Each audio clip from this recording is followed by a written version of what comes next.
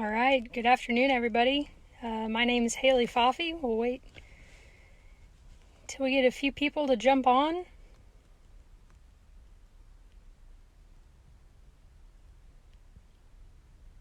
If you've jumped on, feel free to go ahead and start asking some questions.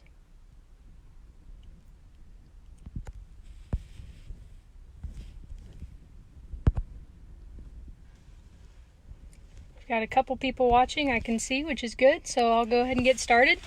Like I said, my name is Haleye Pfaffe. I work for a company, Corteva Agriscience.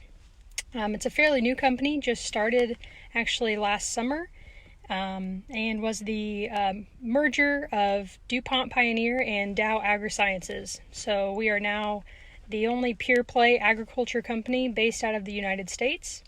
And so we brought together the agriculture divisions of Dow and DuPont and brought them together to form Corteva.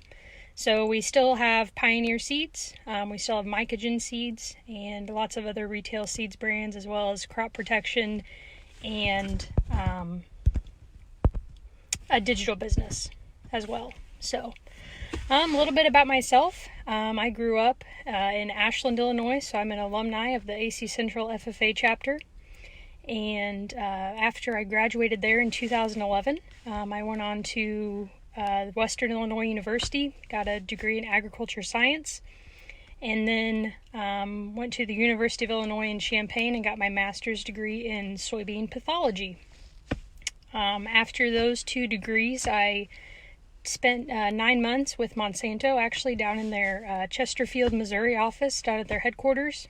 Using my graduate degree, working in soybean pathology, and then decided I kind of wanted to move closer back home, and a job opportunity became available up near Macomb, where I'm currently at, and I had actually done an internship at that station as an undergraduate student. Job opportunity came available, and I was fortunate enough to get it, and that's where I sit today. So I work mostly on corn research. I'm part of what we call our predictive ag division or group, and so what that means is we are doing a lot of the intense trait collection or phenotyping that goes into characterizing our hybrids. So a lot of this is work to promote the crop growth model, so that we can better predict for growers how hybrids are going to perform on their specific ground.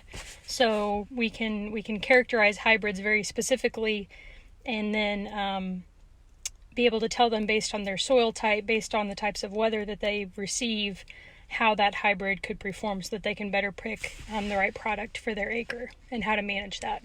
So I am actually out in a cornfield today.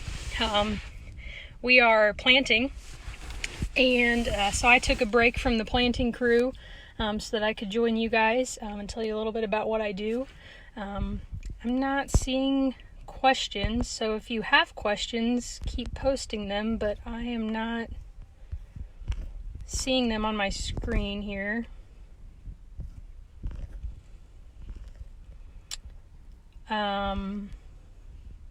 So yeah, the biggest part of my job that I love the most is getting to spend time outside, getting to be in cornfields and talk to growers and just spend time outside. So this time of year is my favorite time. You know, we're coming out of winter, having to be inside all the time, and especially with this coronavirus, you know, being stuck inside and sheltering in place at home. And so it's just nice to be able to get outside, get some fresh air, get some seed put into the ground, and just, you know, get ready for the next season. So we're planting now. That'll probably last for a couple more weeks at least, and then we'll start doing, like I said, some of that trait collection and that phenotyping. So a lot of that time is spent walking plots, making sure that the corn is growing like we want it to, taking data on those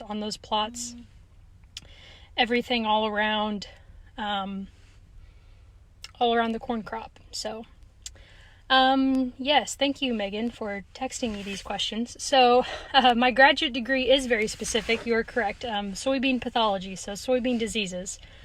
Why did I choose that? Well, great thing. And One thing I really want people to consider when they are looking into graduate school, and this is my personal opinion, this is not like scientifically proven research, but in my opinion, when you go on to get a master's degree, the degree or the area of focus or study that you're choosing to participate in is not necessarily as important as just getting that degree. So what I mean by that is that by getting your master's, the most important thing in at least my area of research is that you're learning how to do research, you're learning how to tackle difficult questions, how to address them in a scientific way, and then how to, present those findings and decide what the next step is. So when I was applying to graduate school, I didn't necessarily care what area of agriculture science I got into.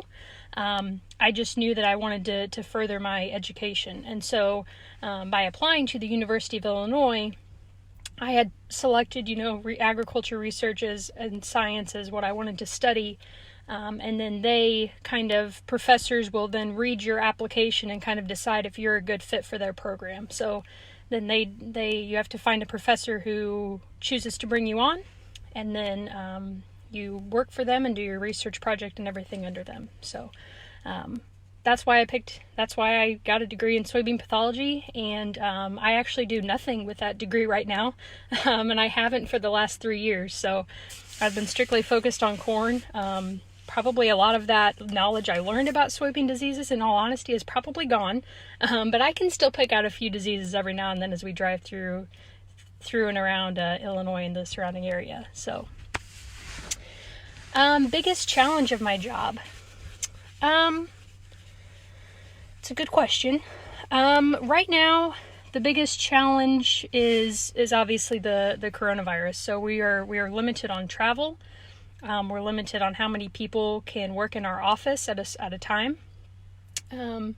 But when this is not going on, I think the biggest challenge is just trying to manage people and manage the crews that I work with. So I am a senior research associate, and so I do have a few people that work not necessarily under me, but I guide them in their day-to-day tasks, and then I do advise some interns in our summer program and some other temp workers that we bring on. So I'm fairly young in my career, and that's something that I'm having to try and navigate and figure out, is how best to manage people and guide them through our day-to-day tasks and how we need to accomplish them, and also helping them to grow in their interests and in what they find interesting, and how they want to pursue and better themselves through Corteva. So yes, I did do an internship with Corteva. I actually did 2 internships, both great experiences, both things I would definitely recommend to students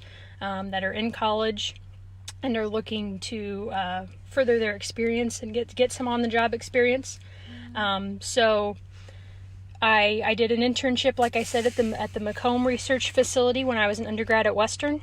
And then when I graduated from Western, that summer between graduating from Western and starting graduate school, I did an internship at the Pioneer Research Station over in Champaign. So I got to see 2 different research stations within the same company.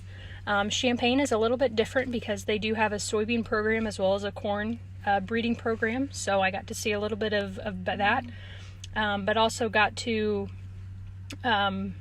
just see how different stations are managed, how they deal with the people and getting things tasks accomplished. So both were very valuable. Both I still have people I now work with today that were around when I was an intern, so that's fun and exciting too. So why did I pick agriscience? Well, my dad just retired a few years ago. He was a high school chemistry and physics teacher. And so ever since I was little, science has been part of what I do. It's part of who I am. So I knew early on that was something that I wanted to do. And I actually, growing up, really enjoyed watching crime shows like CSI and Criminal Minds. Those are my thing.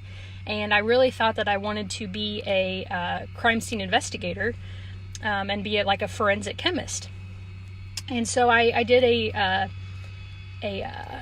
tour of Western Illinois University of their forensic chemistry lab with my parents, and about 3 hours into that, I had this like revelation that is not what I wanted to do. Their labs were very small, all indoors, no windows, and then I also found out that, I would have to become a state cop before I could become a forensic chemist, and that just did not seem like the route for me. So I had gotten pretty involved at that point in the FFA chapter at AC Central, and just kind of thought, hey, we're here at Western. They have an ag program. We're already here with my parents, so why not go check that out? So half of the day I did forensic chemistry, decided that was not what I wanted to do. We had lunch. I told my parents this revelation, and then the next half of the day we toured the ag department, and I fell in love with it. It's a small program. Dr. Baker is now the lead there, and it's just that you just feel like family, and that felt very similar to me to how the FFA chapter at AC kind of operates. We were a family, and so decided to pursue that, and do the science thing, but also do the ag thing. So kind of the best of both worlds there. Mason Waters, you are watching. I miss you, buddy. And his question is, how many years did I go to school to become a researcher? Well, I actually was pretty fortunate enough to be able to do dual credit classes in high school. And so I graduated high school with a year of college under my belt. And that was huge. So I attended Western for 3 years, and then I went to the University of Illinois and got my master's in 2 years. So 5 years on top of having to graduate high school, Mason. So you got a ways to go, bud, but I believe in you. You can do it. So, what else, Megan? Any other questions coming through? Henry Waters, you are also watching, wants to know if I spend most of my time in the field or in the lab. Most of my time is probably spent in the field. It's kind of a seasonal job, and so I guess if we start, right now we're starting spring, so I'm out in the field from now until about October-ish. When we start harvest, and then from like November to February, I am in the office, and so going over all of that data, making sure that we're getting plans in place for plots in the next growing season. So most of my time is spent in the field. We don't really have a very like lab-ish place kind of at the Macomb station. It's not like a super, clean lab zone with white coats and all of that like you would typically think of for a scientist, but we do some things, some work inside, and then, the company's bigger labs and things like that are in Johnston for the seed side of the business, and then for the crop protection side, all the chemical and the chemistry part is over in Indianapolis. So hardest part of my schooling, that would have been statistics. I thought I liked math, and I thought I was good at math until I got to the University of Illinois and had to take a statistics class, and that was really, really bad. It definitely helped with my degree, and it also helps with my job currently, but it was like a whole nother language to me. I just really didn't know.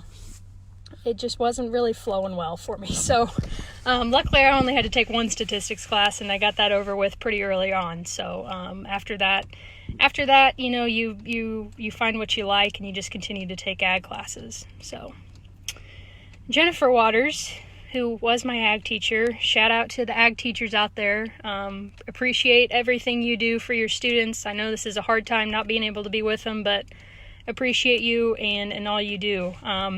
Jennifer wants to know if I was ever part of the Illinois Agriscience Fair. And the answer to that question is yes. Yes, I was. So all of my science fair projects, with my dad being a science teacher, I'm obviously part of science fair for him. But I always did my projects in kind of an agriculture way too. So my science fair projects for my dad's class and for Mrs. Waters' classes were always the same. And I competed at both the Illinois State regular science fair, regional science fairs, and then also the Illinois Agriscience Fair, and then the National Science Fair as well. Every year in high school, did all of that. Loved it, great experience, kind of even more solidified why I wanted to do agriculture research as a career. I'm a big proponent of it. I still, go back and try and help out with the Illinois Agriscience Fair every year, so looking forward to seeing you guys hopefully in June when we put that on again. And just a great opportunity to try your hand at some research and get good feedback from people in the industry too on how your projects can fit within, crop research, animal research, food, anything. So, do I travel outside of Illinois for my job? Yes, I do. I am fortunate enough to be part of this, like I said, the Predictive Ag group, and so we're a fairly small group within the company. So I guess my territory or my region is quite large. I travel all the way down to central southern Mississippi, all the way up to northern Minnesota, and then all the way over to York, Nebraska on the west side, and then on the east side we go all the way over to Pennsylvania, Ohio area. So lots of travel, typically in the spring and fall. But just, I'm at a point in my life and in my career where that works for me. And it's a great opportunity to see the country and to see, meet with different people in different areas, see how they do things and learn and bring that back to, central Illinois and try and help others within Corteva, and then also help our growers and our farmers just be more successful with their operations. So, love what I do and love being able to travel. Final question, biggest piece of advice or life career advice? Biggest piece of advice, I would say don't be afraid to try something new. If you would have known me, when did Jennifer meet me? Almost 15 years ago or so is when I was in 8th grade and I met my ag teacher. You would have never thought I would have been doing this right now. Like the Facebook Live thing would have freaked me out. Doing agriculture as a career was weird. That would have not have happened because I didn't grow up on a farm. So how could I be part of agriculture? That was not going to happen. So I've grown a lot. But I think the biggest risk I've ever taken was, right after I graduated from the University of Illinois, I moved to St. Louis area basically and took that job with Monsanto. And that was extremely scary for me, extremely risky, because, I grew up in a small town. Biggest town I had ever lived in at that point was Champaign, and that freaked me out. That was big and scary. So moving to St. Louis was a big deal. But I grew a lot as a person. I grew a lot in my career. I found myself and figured out what I wanted to do. But I still kept those connections at home and still kept those connections with people that were close to me. So I think it's important to listen to others when they see something in you that you don't. There's a reason for that, and you should take their advice. And if it's someone you trust, take their advice and be willing to take a risk and try something new. So I hope you guys have enjoyed this. I hope I answered some of the questions. Like I said, I wasn't able to see them popping up on the screen, but hopefully you learned something. If you have more questions or want to learn something else, reach out and I'll try and do my best. Agriculture is a great spot to be in. We're at a difficult time with everything going on right now, but farmers are planting corn, so there's lots of equipment moving. Things aren't stopping, so stay safe, and I hope you all have a good day.